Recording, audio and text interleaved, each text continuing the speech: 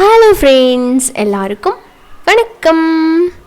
எல்லோரும் எப்படி இருக்கீங்க? எல்லோரும் நல்லா சேஃபாக இருப்பீங்க அப்படின்னு நம்புகிறேன். இன்றைக்கி நம்ம நிக்கீஸ் கிச்சனில் நம்ம பார்க்க போகிறது இந்த மாதிரி மல்லிகைப்பூ இட்லி சுட்டுட்டு அதோட நல்லா டேஸ்ட்டாக ஒரு தேங்காய் சட்னி ரெடி பண்ணிவிட்டு கூடவே நம்ம இன்றைக்கி செய்ய போகிற ஸ்பெஷல் டிஷ்ஷை வச்சு நம்ம சர்வ் பண்ணோம்னா 4 இட்லி சாப்பிட்றவங்களும் 6 இட்லி சாப்பிடுவாங்க. அவ்வளோ ருசியாக இருக்கும்.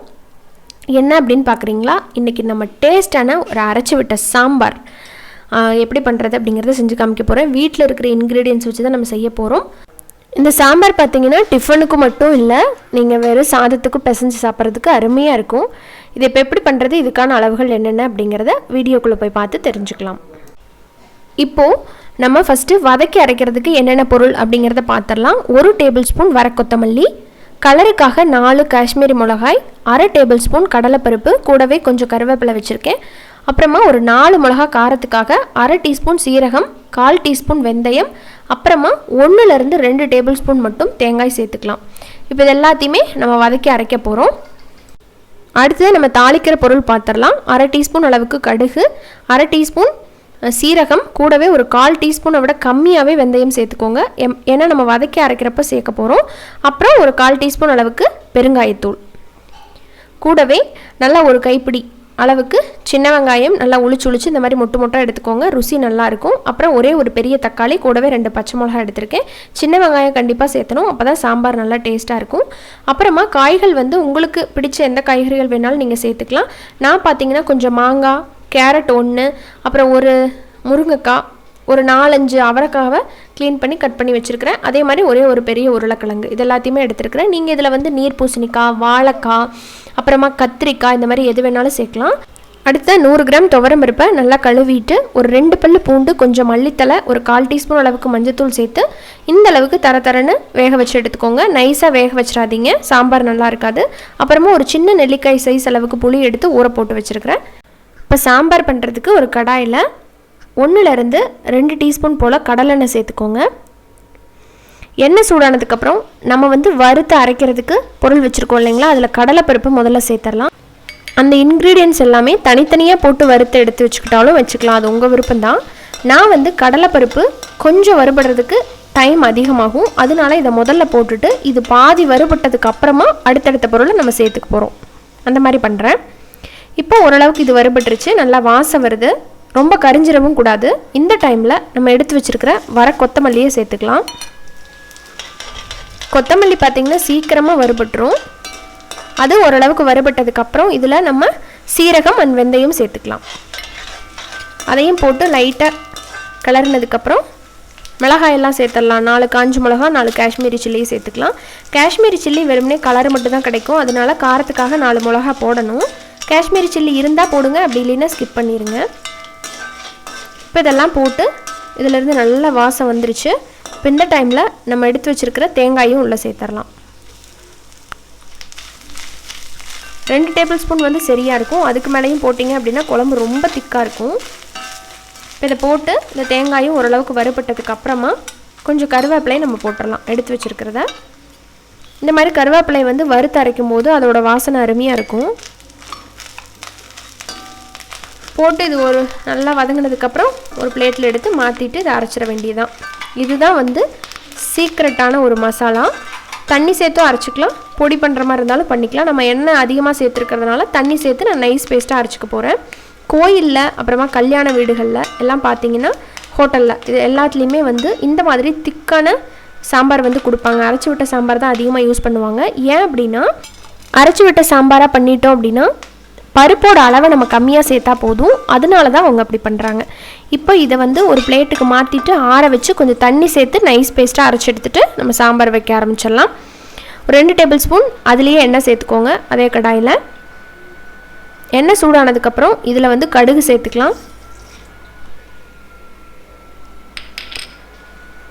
கடுகு நல்லா பொரிஞ்சதும் இதில் சீரகம், எடுத்து வச்சுருக்கிற வெந்தயம், ஒரே ஒரு காஞ்ச மிளகா நான் சேர்த்துக்கிறேன் இந்த டைமில்.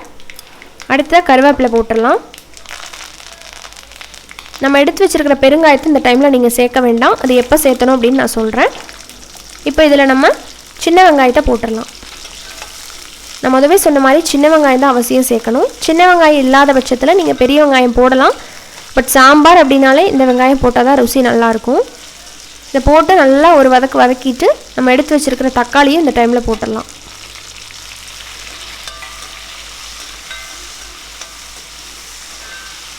தக்காளி போட்டுட்டு நல்லா வதக்கி விடுங்க. தக்காளி ஓரளவுக்கு வதங்கி வந்ததுக்கப்புறம் நம்ம காய்கறிகள்லாம் சேர்க்க போகிறோம். இப்போது நல்லா வதங்கிடுச்சு. இதில் உருளைக்கிழங்கு, அவரைக்காய், அப்புறமா முருங்கைக்காய், கூடவே கேரட், மாங்காய் மட்டும் நம்ம இப்போ சேர்த்தக்கூடாது. மாங்காய் இப்போ சேர்த்துட்டோன்னா இருக்கிற இடமே தெரியாமல் குழஞ்சி போயிடும். நான் எப்போ சேர்த்தணும் அப்படிங்கிறத சொல்கிறேன். இப்போ இந்த காய்கறிகள்லாம் சேர்த்துனதுக்கப்புறம் நல்லா மிக்ஸ் பண்ணி விட்டுறலாம். கலந்து விட்டுட்டு நம்ம வேக வைக்க போகிறோம்.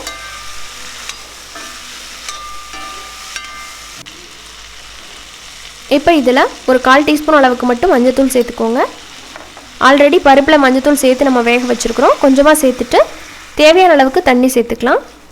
நீங்கள் பருப்பு வேக வைக்கும் போது தண்ணி இருந்துன்னா அதை கூட இந்த டைமில் ஊற்றிக்கோங்க.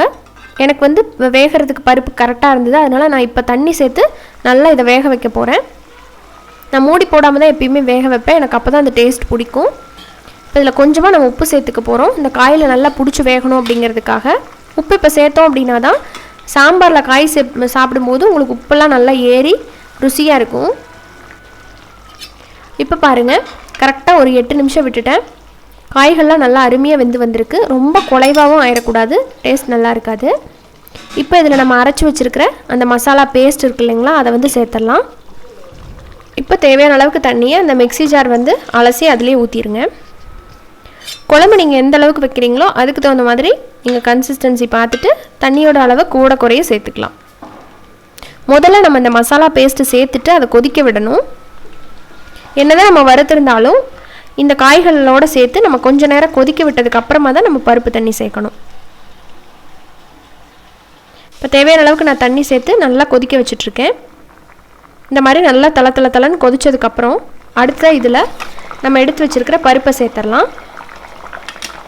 நான் சொன்ன மாதிரி பருப்பை வந்து கொஞ்சம் தரன்னு வேக வச்சு எடுத்துக்கோங்க. ரொம்ப நைஸாக வேக வச்சிடாதீங்க. யூஸ்வலாக சேர்க்குறத விட பருப்போட அளவு கொஞ்சம் கம்மியாக சேர்த்துக்கோங்க. ஏன்னா இது குவான்டிட்டி அதிகமாக கிடைக்கும். பிகினர்ஸ் ட்ரை பண்ணுறீங்கன்னா அவங்களுக்காக சொல்கிறேன். 1 டம்ளர் சேர்க்குறீங்க அப்படின்னா இந்த டைமில் ஒரு 3/4 டம்ளர் மட்டும் பருப்பு சேர்த்து வச்சுக்கோங்க.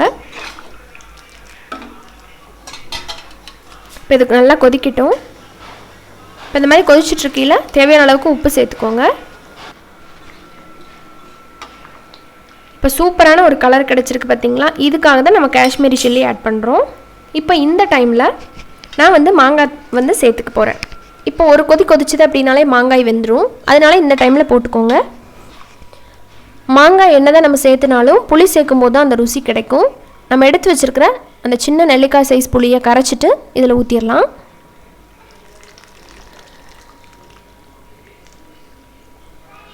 ஊற்றியாச்சு. இப்போ மறுபடியும் கொதிக்க விடலாம்.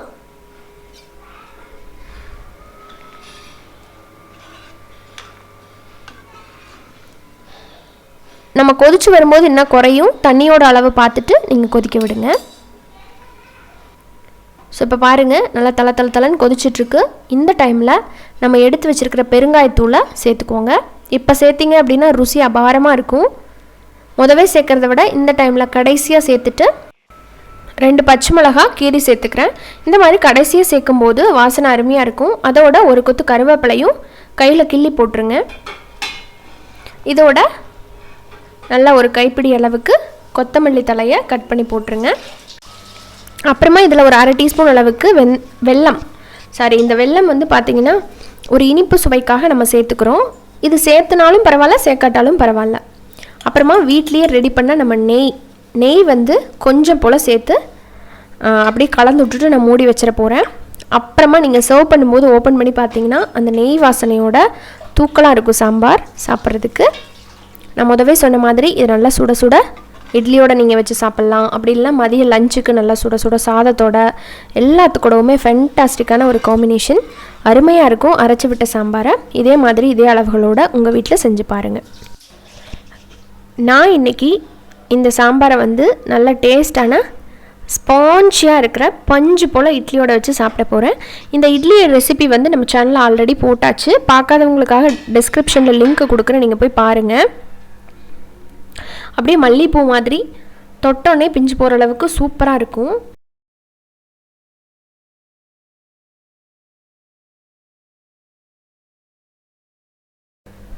ஸோ எந்த அளவுக்கு சாஃப்டாக இருக்குது அப்படின்ட்டு காமிக்கிறேன்.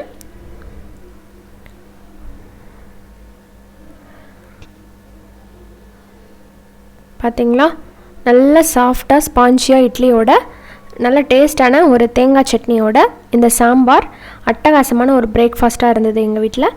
நீங்களும் இதே மாதிரி இதே அளவுகளோட இந்த ரெசிபியை செஞ்சு பார்த்துட்டு உங்களுக்கு பிடிச்சிருந்தது அப்படின்னா நம்ம சேனல் நிக்கீஸ் கிச்சனை மறக்காமல் சப்ஸ்கிரைப் பண்ணிவிட்டு கூட இருக்கிற பெல் ஐக்கானை கிளிக் பண்ணுங்கள். இது போல் இன்ட்ரெஸ்டான ரெசிபியோட உடனே பார்க்கலாம். நன்றி, வணக்கம்.